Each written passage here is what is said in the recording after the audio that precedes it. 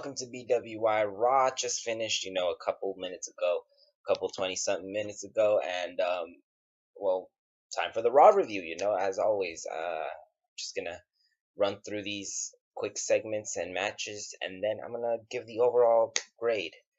Raw started off with the terrible news of Finn Balor having to vacate the Universal Championship, the terrible Universal Championship belt. Um, well, I'll talk about the belt at another time. But anyways, Finn had to relinquish it. As you can see, he's in a cast. He hurt his shoulder actually last night at SummerSlam. The way it happened, Seth Rollins powerbombed Finn on the barricade, and it ended up having Finn dislocate his shoulder, which he popped back into place like a champ. And whilst injured, he would continue the match. And he won the match. That just made me respect Finn a lot more.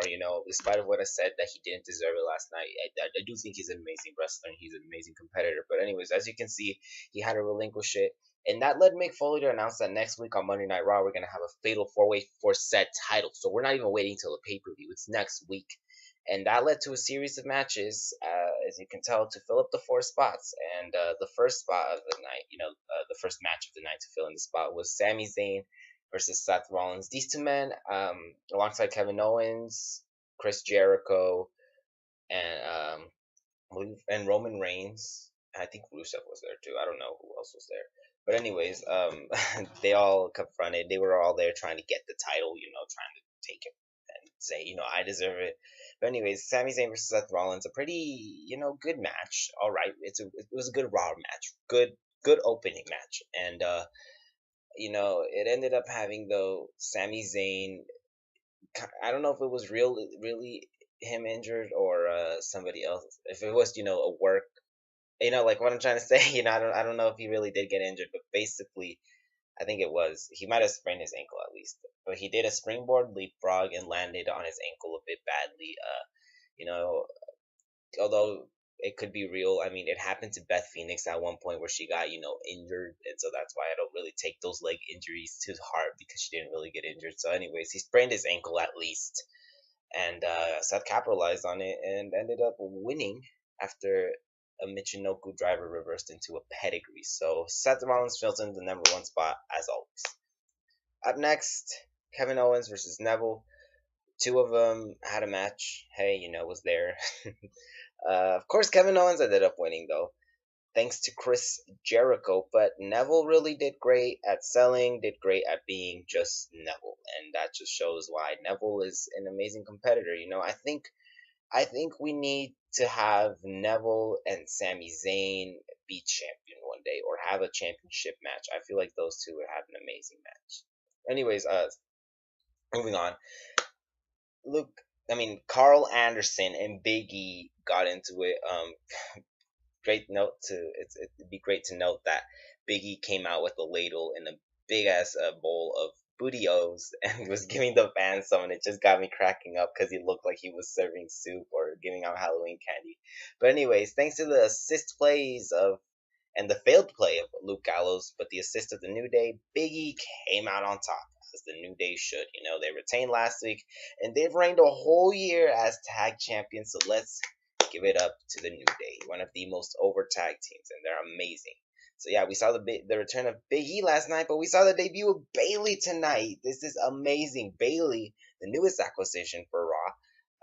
She joins the Red Brand, and she is here to make a statement. The way this happened was Charlotte came out talking about Sasha, how she's nothing, how she broke her back, and Mick Foley came out saying, hey, I gotta give Sasha credit and you credit, but I mean, come on.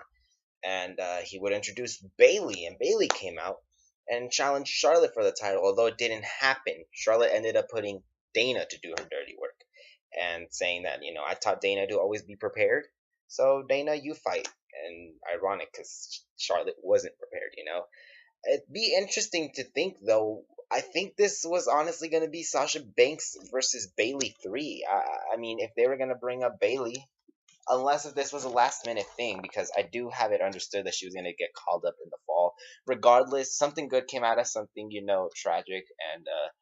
And yeah, Charlotte solidifying herself as a heel, Bayley trying to make it up in the big leagues, and it's gonna be an amazing feud.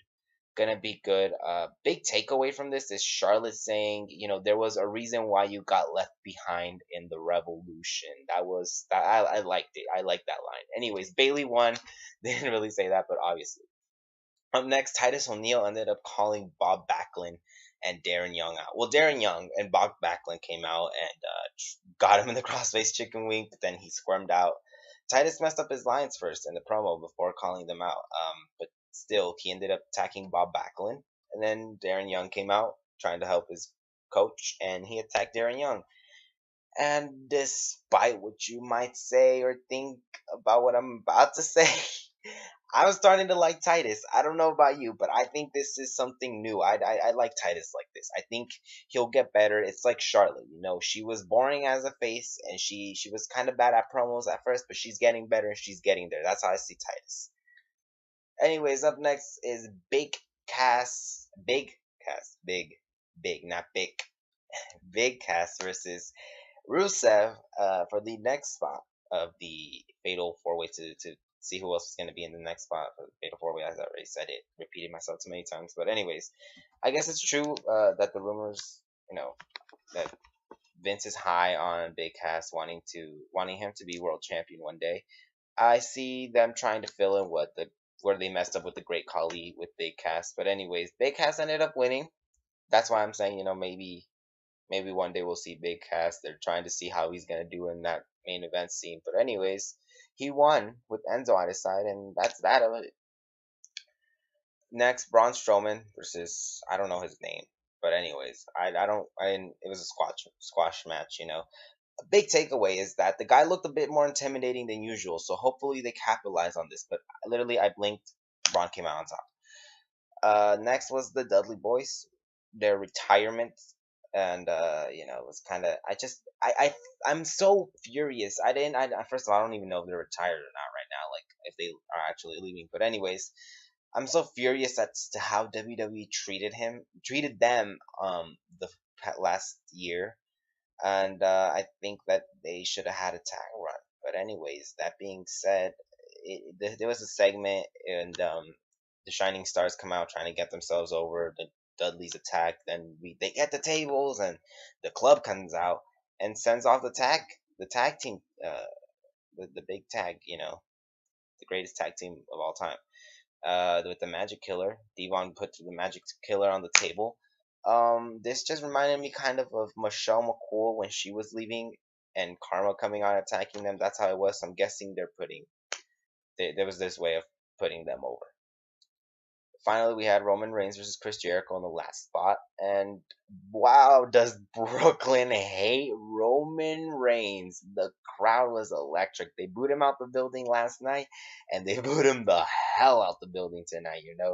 They did not want him to win, and sadly he did to them.